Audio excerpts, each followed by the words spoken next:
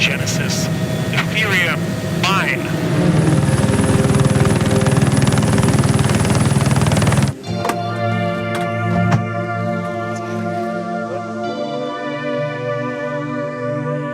Marco Streng has made millions in cryptocurrency. He started mining Bitcoin in his dorm room.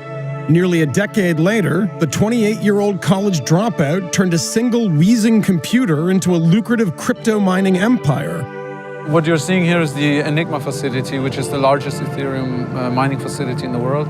And it was an exciting time. It was years ago when we came here and built this. And now we're expanding and expanding further and further because the demand is growing and everyone is ramping up the capacity. If you have the money, you can always buy cryptocurrency. Last year, Bitcoin peaked at almost $20,000. Or you can earn it by running a cryptocurrency mine, a network of computers that serve as the backbone of the crypto economy. What are these machines doing? So those computers are miners. They are mining cryptocurrencies and they're validating the transactions on the blockchain. And they get a reward for that. So if I pay somebody for something in a cryptocurrency, it's being validated potentially by one of these computers. Yeah, that's true. And when somebody makes that transaction, you validate it here in Iceland and you make money. Yes. How much does one of these cost to create? If I'm going to create one of these at home, one of these units. $2,000. And how many are in here, in this one warehouse here? Tens of thousands. Yeah. Tens of thousands.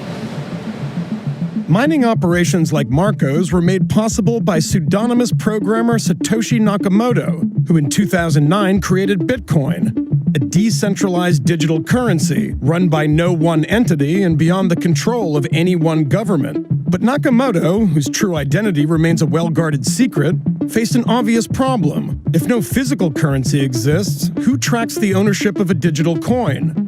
To solve this, he created the blockchain, software that records and stores information, like who owns a Bitcoin, on a decentralized ledger shared across millions of computers. It can't be changed, and it's nearly impossible to hack.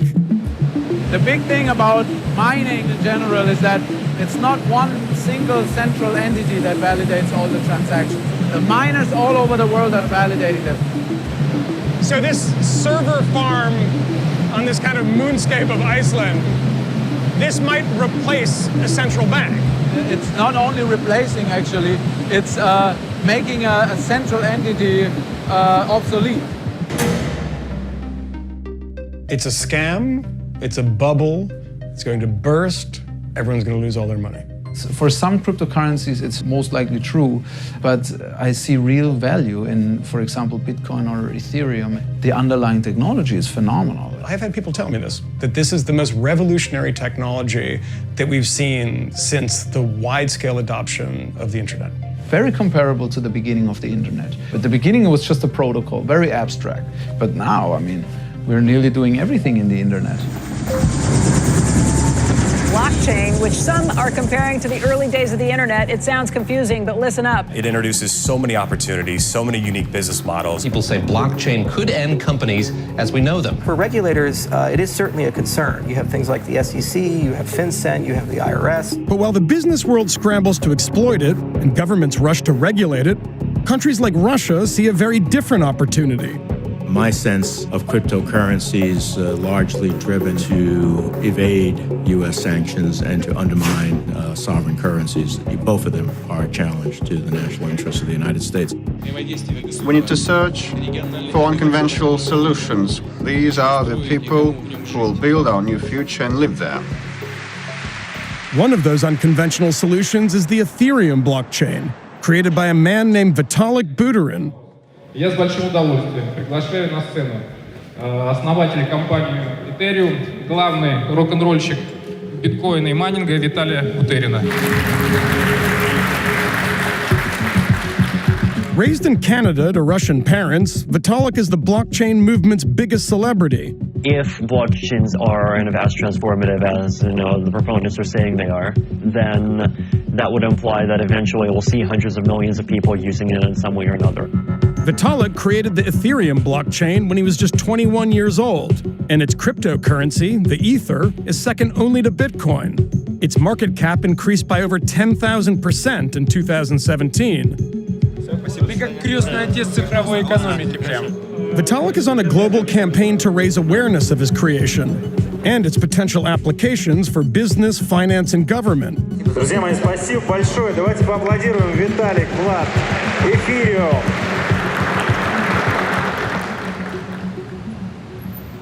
Where are we going now?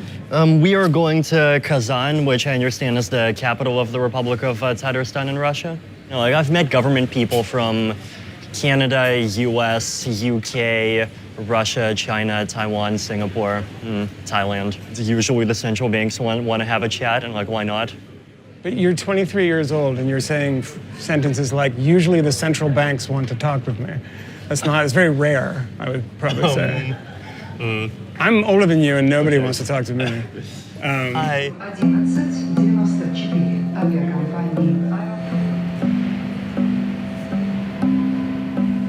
Am I riding with you guys? No, we can't. I think you're riding in this car.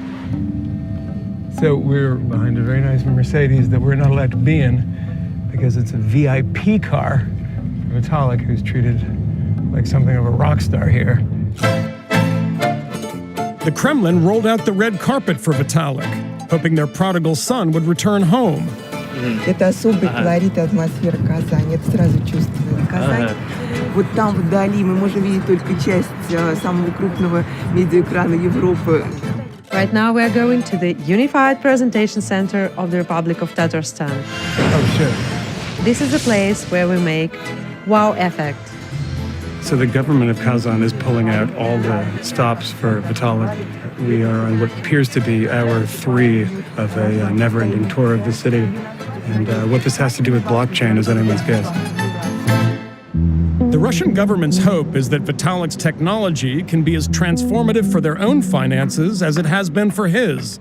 So I heard about Bitcoin for the first time in maybe February 2011. Eventually, I found a guy who was willing to pay me 5 Bitcoins per article for writing articles for his Bitcoin blog. And what was Bitcoin worth at the time? Each Bitcoin was $0.8. $0.8, so you're getting 5 per article, and now that would be $5,000 an article. Right. More or less, okay. Yeah. You know, being a high school guy with not much money, I thought $1.5 an hour was a fairly reasonable wage, so That was a good deal to you. $1.5 an hour. Yeah, fight for 1.5. Yeah. Explain to me why this technology is so transformational that people think it'll change the world. Because they represent kind of epochal changes in the options that we have for interacting with each other. With Bitcoin, it's you don't need banks to send money anymore. It's just something that happens directly peer-to-peer.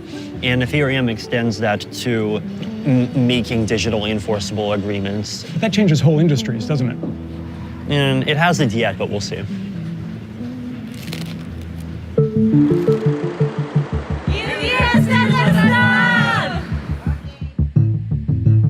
What is it about Vitalik? Why are you so interested in blockchain? Because Tatarstan is considered to be the innovative republic. You want to be the sort of Silicon Valley of Russia. Exactly. That's what we are trying to do. And Vitalik seems like a guy that could help you do that, right? He is considered to be like an IT hero, let's say, for young people. Is that something that the Kremlin in Moscow is happy about? Yes. It is? I think so, yeah. The Kremlin arranged for Vitalik to meet one of Putin's powerful surrogates, Tatarstan President Rustam Minakhanov. Вот Роман у нас за информатизацию, за все отвечает. Вот, мой помощник, который тоже такой же любит блокчейны разные. Блокчейн это будет самая справедливая и самая правильная платежная система. Там ни доллар, ни евро, ни это, да? Я думаю, и вот наша валюта. Она одно колебание нефтяное, и она сдулась. Ну да. Yeah, apparently. Придется научиться бильярд играть. Нет, это американский, кстати. Американский поло-бильярд — это 2 разные игры, да? Да, это русский бильярд сложнее. Понял. Больше шары, меньше лузы. И стол больше. Слабенькие американцы. In expectation of his arrival, the president arranged a hackathon for Vitalik in hopes that he might inspire a new generation of Russian tech leaders. So we're at a government-sponsored blockchain hackathon where Vitalik is the star guest and one of the judges. Здесь так слышно.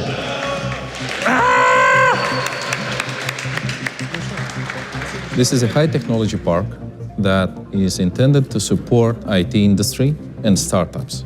The goal is to make an ecosystem that will produce people, that then will produce companies, that then will produce technologies.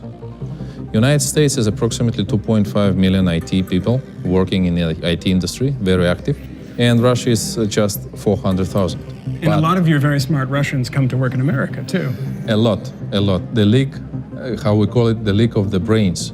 But this is something that Russia can lead in. We if hope. you get in early We with hope. blockchain. We hope. That's kind of the idea, isn't it? It is. In 2016, the Kremlin was on the verge of banning cryptocurrency transactions. But that hostility has turned to opportunity. Putin, alongside rogue regimes in Iran and Venezuela, realized that an anonymous, virtually untraceable currency could provide an opportunity to evade crippling international sanctions. When you were at the St. Petersburg Economic Forum, you were pulled aside by President Putin. What was that like? What did he want to talk about? I introduced to him, what Ethereum was and what I was doing, and it seemed like he was willing and supportive of anything that we can do to kind of make the Russian economy better. As U.S. lawmakers are working out how to regulate cryptocurrencies, Russia is making major moves to integrate it, not only in an effort to avoid U.S. sanctions, but to undermine the power of the dollar in international trade. Sergei Gorkov was trained by the FSB as a Putin confidant and currently serves as head of Russia's largest state investment bank, which was hit with sanctions by the Obama administration in 2014. He recently signed a deal with Vitalik in support of a new blockchain research institute. Tell me why the bank is so particularly interested in blockchain.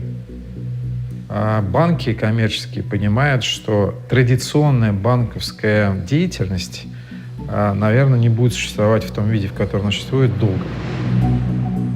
Который, конечно же, не будет предполагать, что банк как банк будет существовать как сейчас. What would you tell a country who hasn't embraced blockchain technology? Представим, кто-то в 90-м году, или там в начале 2000-х, или в 90-х сказал, мы не хотим внедрять интернет в своей стране. Где бы эта страна находилась сейчас? Да, вот тот, кто не будет заниматься блокчейном, я думаю, через 20-30 лет тоже будет в каменном веке.